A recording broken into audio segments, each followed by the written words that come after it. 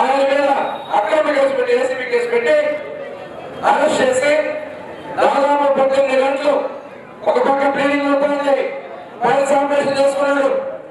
ఆయన చీమలు ఎక్కించుకుని మరి విశాఖపట్నం శ్రీకాకుళం నుంచి అన్ని ప్రాంతాల్లో కూడా తిప్పుకుంటూ తీసుకొస్తే ఆ ఆపరేషన్ కూడా మళ్ళీ వికటించి రెండోసారి సర్జరీ చేసుకుని 74 రోజుల పాటు పోలీస్ కస్టడీలో హాస్పిటల్లో ఉన్నటువంటి పరిస్థితి.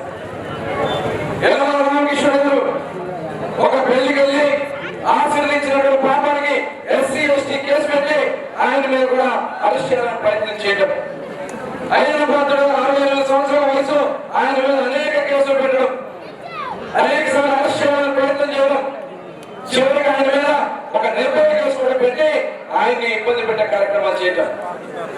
ఇలా చెప్పాలంటే మరి నా మీద కూడా హత్య కేసు పెట్టి నన్ను అరెస్ట్ చేసి 54 రోజుల పాటు రాజమండ్రి జైల్లో పెట్టినటువంటి వ్యక్తి ముఖ్యమంత్రి జగన్మోహన్ రెడ్డి.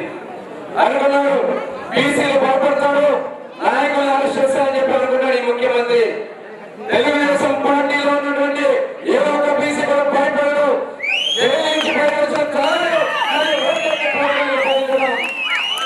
ఇవాళ ఈ ముఖ్యమంత్రి జగన్మోహన్ రెడ్డిని గద్దెదించే ఆలోచన బీసీ అన్యాయాలు ప్రతి ఒక్కరు కూడా చర్చించాలని కోరుతున్నా. ఇవాళ చూడండి, పక్క జిల్లాలో మీ గుంటూరు జిల్లాలో మాచర్ల నియోజకవర్గంలో తోట చంద్రయ్యని ఒక సర్వ సామాజిక వర్గానికి చెందినటువంటి ఒక బీసీ వర్గానికి చెందినటువంటి వ్యక్తిని అక్కడ ఉన్నటువంటి బ్రహ్మానంద రెడ్డికి తోడుగా ఉన్నాడని చెప్పి నడి రోడ్డు మీద కింద పడేసి వాడు ఎంపీపీ కత్తి రోడ్డు మీద పెట్టి జై జగన్ అంటే జై చంద్రబాబు ప్రాణాలు ఇచ్చినటువంటి అదే కాదు చంద్రయ్య జలవాలని చెప్పి ఒకరిని అతి కిరాటకంగా హత్య చేశారు. ప్రజలు నన్ను సుబ్బయ్య చెప్పి ఒక చేనేత వర్గానికి చెందినటువంటి నన్ను సుబ్బయ్య అధికారుల సమక్షంలో కుటుంబ సభ్యుల బాధపడినప్పుడే అతి కిరాటకంగా హత్య చేసి కనీసం బంధువులు కూడా దగ్గర రాకుండా పోలీసులు అడ్డం పడ్డారంటే ఒకసారి ఆలోచించాలి. మౌన లోకేష్ వచ్చినప్పుడు మరి ఇక్కడ తిరుమల దగ్గర ఆవిడ రతిక సోదరి ఆమె వచ్చి మిల్లరాజు రతిక సోదరి శ్రీవర్గంలో ఒక బండి నడుపుకుంటా ఉంది, టీ కూడా నడుపుకుంటా ఉంది. లోకేష్ చూసి ఆశతో బయటకు వచ్చి అయ్యా మీరే మమ్మల్ని కాపాడని చెప్పి ఆవిడ కోరితే ఆ బండి కొట్టిన తెల్లారి మొత్తం ప్రజలు పెట్టి లేపేశారు. యువత వెంటనే చంద్రబాబు నాయుడు గారిని పిలిచి 5 లక్షల రూపాయలు ఇచ్చే తెలుగుదేశం పార్టీ వచ్చిన తర్వాత నీకు సమస్యని చెప్పినటువంటి పార్టీ పార్టీ.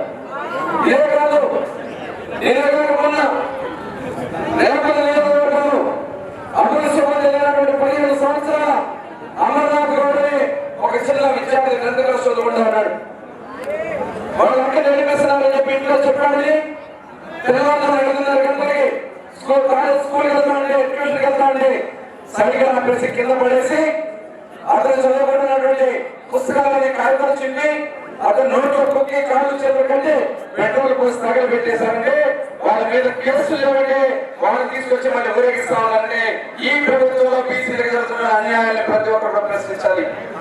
ఇవాళ కాబట్టి మాట చెప్తామని ముఖ్యమంత్రి ఇవాళ చెప్తా ఉన్నాడు, నా బీసీలో నా ఎస్సీలో నా మైనార్టీలు అని చెప్పి ఏ ఒక్కరికి నువ్వు న్యాయం చేసావు జగన్మోహన్ రెడ్డి గారు?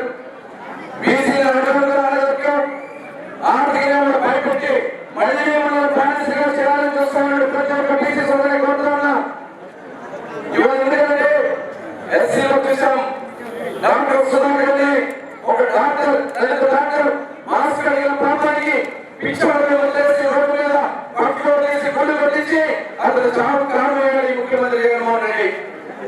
ఇదే కాదు, ఒక డ్రైవర్ సుబ్రహ్మణ్యం ఒక ఎమ్మెల్సీ దగ్గర డ్రైవర్ ఉన్నటువంటి వ్యక్తి అనంతబాబు ఎమ్మెల్సీ డ్రైవర్ని దళిత డ్రైవర్ని హత్య చేసి ఇంటికి తీసుకెళ్లి గౌరవ ఇస్తే కేసీఆర్ కూడా చేయాలని ప్రయత్నం చేయడం, అతను అరెస్ట్ చేసి మనం చేసినటువంటి ఆంధ్ర మీద అరెస్ట్ చేస్తే బయటకు తీసుకొచ్చి పోలీసులు ఊరేగిస్తానంటే ఎక్కడ పోతుంది ఈ రాష్ట్రంలో రాజ్యాంగం? ఎక్కడ పోతుంది ఈ రాష్ట్రంలో